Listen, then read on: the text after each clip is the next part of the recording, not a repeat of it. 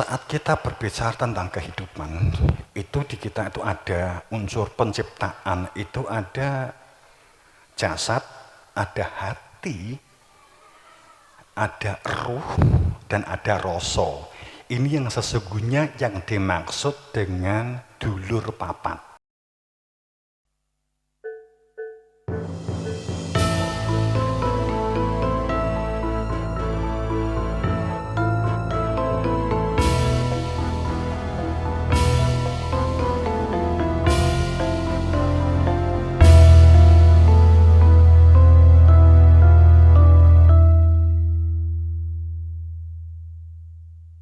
Memang karena sudah disepakati bahwa yang kita gunakan elektabilitas. Lu tulisannya memang ngono kan? Gitu.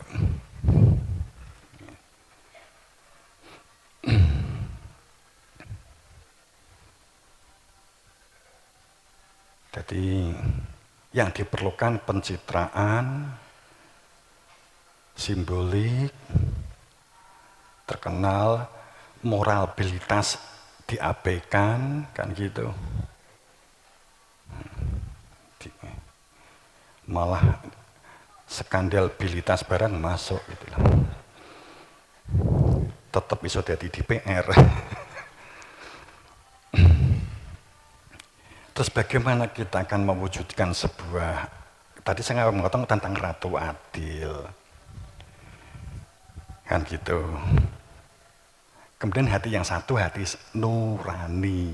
Hati nurani inilah yang dimaksud dengan konstitusi Pancasila, gambarnya tengah bintang, itu berarti inti konstitusi terbentuknya perilaku adab yang akan mengembangkan, memberdayakan, dan mewujudkan kehidupan adil dan makmur pada saat bintang itu telah melekat di dalam dada, di tengah-tengah dada, itu adalah akan membentuk sikap-sikap kesadaran, karena ada sadar secara fakta, ada Tuhan di dalam diri hamba. Sehingga disebut ketuhanan, karena ada Tuhan di dalam diri hamba itu disadari. Paham maksud saya?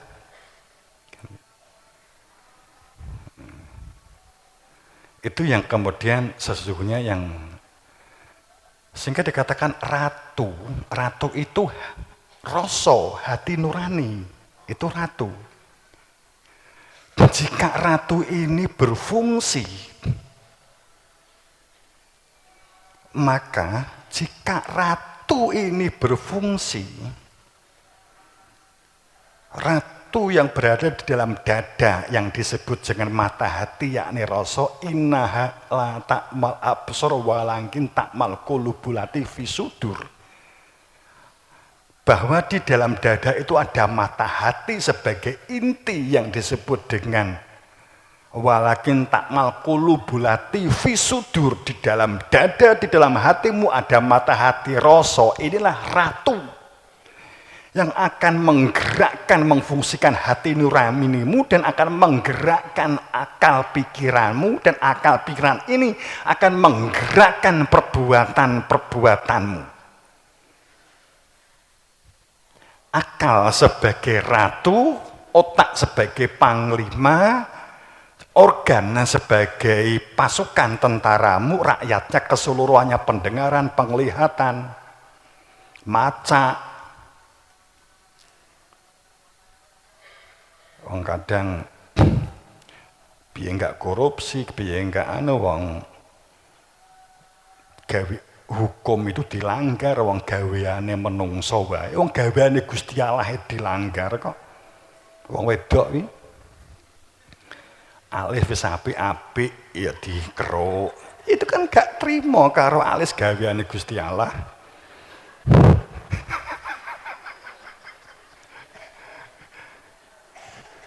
Dikerik kurang tebel. Nggih Bapak-bapak nggih. Yang Alis gawene Gusti Allah wae gak trimo apa meneh hukume menungso.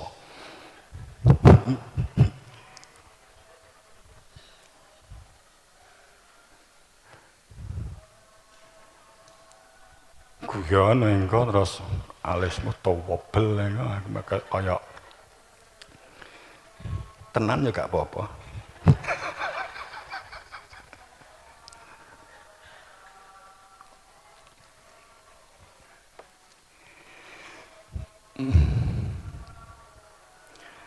Sasta Jendra Hayungner Pangrawating Diyu. Nah, ini kan tadi kan sudah sekilas ya berkaitan dengan karena arah terbentuknya satu perilaku bijak. Ya. Itu saat telah mengenali ratu itu tadi, kemudian saat akal terhubung dengan hati nurani, berarti otomatis dengan rasa. Kalau tidak dengan rasa, hati sanubari. Panglima ini beneh, uteknya beneh. Utek yang beneh, panglima yang beneh, itu menggunakan nalar, menggunakan rasional gitu loh. Nalar itu kemampuan mendengar dan melihat, menyimpulkan atas apa yang dilihat dan apa yang didengar. Menyimpulkan apa yang dilihat, yang didengar, yang dihubungkan dengan hati nurani. Dan kemampuan yang potensi yang kita miliki dan bagaimana metode untuk mengembangkannya. Lebih diperlukan komunikasi lebih jauh, musyawarah lebih jauh kan gitu. Sehingga tidak karepin nepsune diri kan begitu. Jadi panglimanya ini waras gitu. Tapi kalau panglima nggak waras, data banyak dimasukkan, disetorkan kepada panglima, tidak pernah diaturkan ke ratu.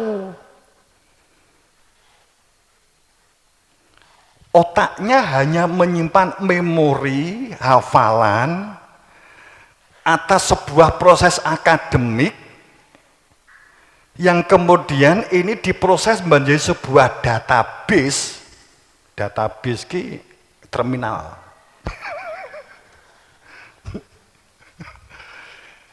Jadi data-data informasi yang banyak itu telah terkonfirmasi oleh otak kita tentang hukum, tentang filsafat, tentang tasawuf, tentang ekonomi, tentang geografi, geologi, geofisika. Ini semuanya tentang fikih, tentang agama. Ini semuanya data itu terkonfirmasi oleh otak, tapi tidak dihubungkan dengan hati. Ini panglima yang kurang ajar. Kemudian otak langsung memerintah kepada pasukannya untuk melakukan sesuatu. Itu salah, bantai. Itu salah, bantai kan begitu.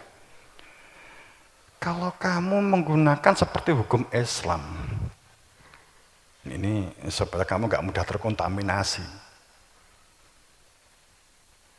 Hukum Islam itu bayangan kamu kan zina, didera, maling dipotong tangan, kan gitu kan, saat telah memenuhi sekian.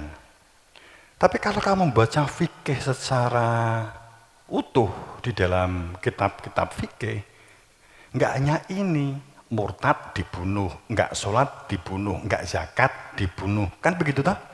Bener? Kan begitu. Biasa di pondok-pondok, gitu, ya kan? Apakah itu memang benar-benar hukum yang muncul murni dari Nabi Muhammad, atau jauh setelah Nabi Muhammad saat penguasa adalah khalifah Islam? Sebenarnya ada cerita ini, cuman belum etis. Nanti saja nek wis etis, nek orang-orang sudah siap dengan keterbukaan.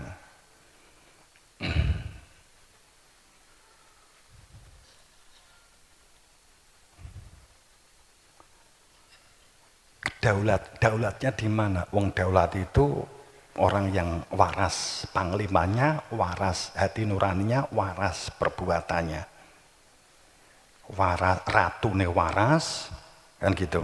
Nek ratune gak waras, itu sanubari. Kan gitu kan? Ratune berfungsi, hati nurani. Panglimane waras, berarti uteke waras. Kan gitu. Nalarnya waras. Nek rasional itu kemampuan merancang sesuatu yang akan kamu lakukan. Maka pendidikan mutlak, kemampuan kritis itu, kemampuan bertanya yang baik, kritis itu memang diperlukan, dibutuhkan.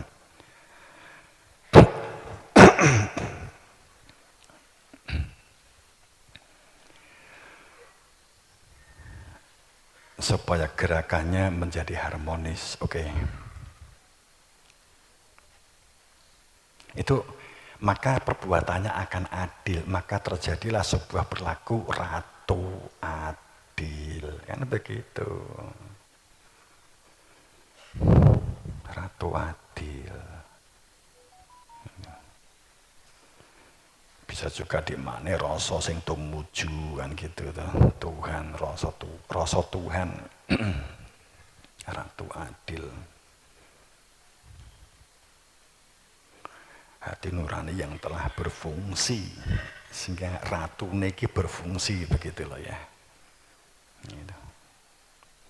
Senjatanya biasanya ilmunya untuk bisa menjadi ratu adil yang akan memfungsikan si sang ratu, panglima dan perbuatan itu biasanya ilmune Sastra Jendra Hayoningrat Panggrawating Diyu, kesektiannya itu dulur papat limo pancer. Kalau orang Jawa kan itu biasanya. Untuk memperoleh Sastra Jendra itu kudu poso lan melek. Ya memang begitu pakemnya. Untuk mempertajam dulur papat limo pancer itu juga poso dan melek yang biasa dihubungkan dengan poso saat lahir. Biasanya kan begitu. Pasaran lahir.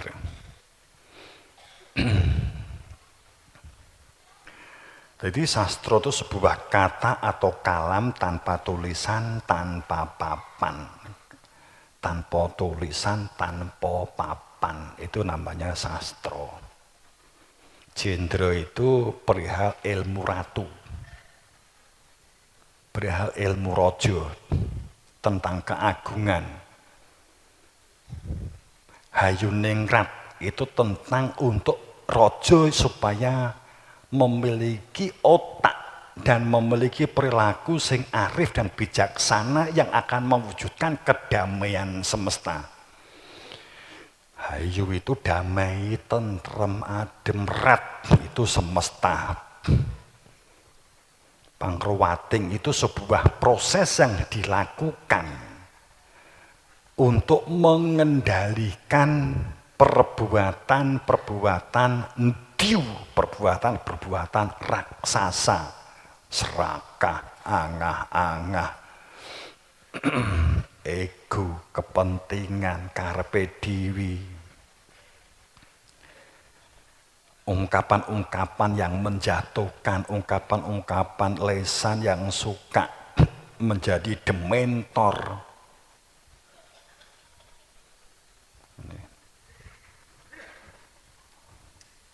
Sehingga Panggrawating Diyu itu proses kehidupan untuk menjadi baik dengan mengendalikan perilaku-perilaku buta, perilaku-perilaku buta, perilaku-perilaku yang akma, perilaku-perilaku raksasa kan gitu. Di pewayangan kan begitu.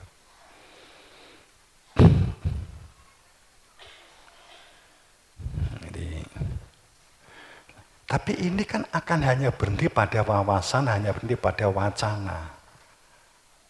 Jika kita tidak mengetahui sesungguhnya ilmu apa begitu. Uraiannya seperti ini, setiap orang bisa menguraikan. Tapi pada saat sastra sih apa sih yang menjadikan raja itu supaya berfungsi, yang menjadikan supaya seseorang itu menjadi arif dan bijaksana, adanya ilmu, satu kata yang tidak tertulis di papan dan di kertas, ini apa gitu. Ini apa gitu. Kata yang akan membuka hakikat. Makanya kan kalau di dalam pakem-pakem dikatakan sastra jendro itu rahasia yang hanya diberikan orang-orang tertentu, sehingga ini sebutannya darah biru kan gitu. Sebenarnya kan nggak begitu. Sang pengungkap sastra jendro ini yang sekarang kita mendengar, kita menyimak, kita membaca, itu kan kita kan tidak tahu sendiri. Maksudnya si pengungkap sastra jendro apa Wayoningrat Pangruwating Diyuki maksudnya mbiyen apa kan gitu. Apa? Kan menafsir-nafsir. Ya kalau dibuat kan begini. Kalau dibuat simpel, adanya sebuah ilmu yang akan menunjukkan adanya hakikat. Hakikat itu keberadaan Tuhan. Adanya ilmu yang akan membuka hakikat. Hakikat yang membuka jati diri fitrah manusia. Siapa yang mengetahui dirinya maka mengetahui Tuhannya. Karena fitrah itu maknanya belahan, asal dari Tuhan. Nafahtum terus saya tiupkan ruh daya kuat milik Tuhan, sehingga kamu punya daya kuat, itu ruhnya Tuhan. Kamu punya daya kuat itu karena fitrahnya Allah yang diselulupke, yang dimasukkan, dipinjamkan ke dalam diri saat kita umur 40 hari, saat 120 hari, mana yang benar. Kemudian, tapi yang jelas bahwa intinya adanya sebuah daya kuat yang ditiupkan ke dalam tubuh pada saat kita di dalam gua garbo sang ibu, maka punya daya kuat. Proses kemudian dipinjami daya kuatnya Tuhan, inilah disebut fitrah. Fitrah itu maknanya belahan, sehingga fatoronas, fitrahnya manusia itu adalah daya kuatnya Allah, asalnya dari Allah. Yang menyebabkan kalau kamu berbuat itu dosa karena ada ini.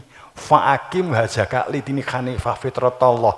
Fitrahmu itu songko fitrahku. Sehingga kamu itu bisa melihat, bisa mendengar, bisa berpikir, bisa percaya. Itu karena daya kuatku. Daya kuatmu itu inilahi wa inna ilaihi rajiun. Yang dikembalikan itu innalillahi wa inna ilaihi rajiun, itu ruh yang asalnya dariku. Sing jenenge jasad kuwi asale kok lemah ya balekne ndik lemah.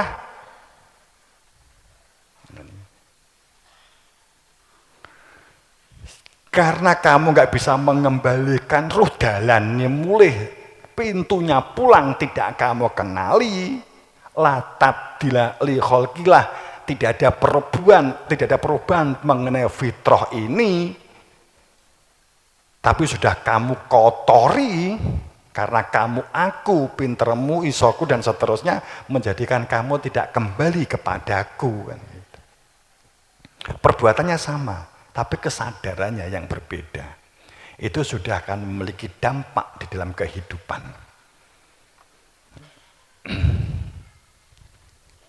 Itu, maka di sini menjadi gamblang sastra jendro Hayoningrat Pangruwating Diyu.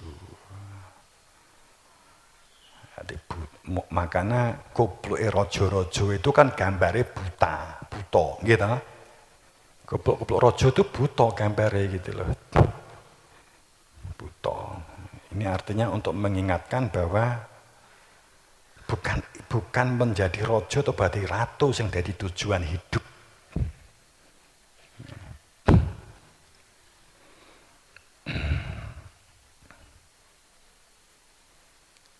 Dan untuk menunjukkan, sehingga pada saat cerita Ramayana, saya nggak cerita panjang lebar tentang ini, saya globalkan saja, tapi ada satu cerita di Ramayana, saat Subali bla bla bla bla bla begitu ya, Subali iki sapa ya ora kenal sampean.